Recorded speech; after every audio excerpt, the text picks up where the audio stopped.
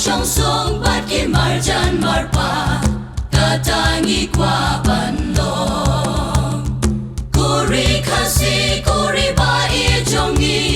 shapang jong pangi rai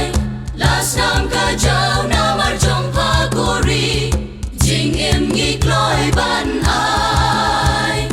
tang ba pan lai na ka long rao shirta ngin yang rang ba men ta jing e jong ngi ya pa kuri khasi ngi kloi ban ker banda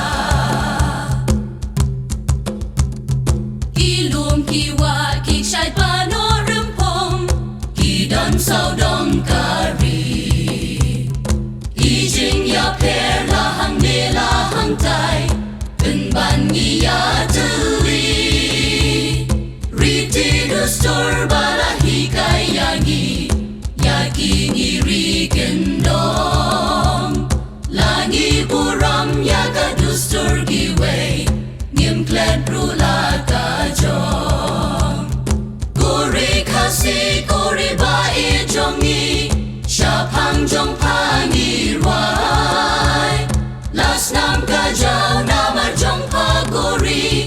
jing em ngi kloi ban ai tang ba phan lai na ka long rao shirta ngin yang rang ba men ta jing e jong ni ya pa kuri khasi ngi kloi ban ker banda in tray shi dong ban git til la kari sha prang ban jam in tor ngin am ship tin ban kim sha kya na na ki poi tang bril ba shlor tang ba phan lai na ka long rao shirta ngin yang rang ba men ta jing e jong ni ya pa kuri khasi ngi kloi ban ker banda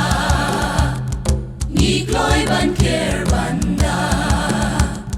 ngi kloi ban ker banda ngi kloi ban ker banda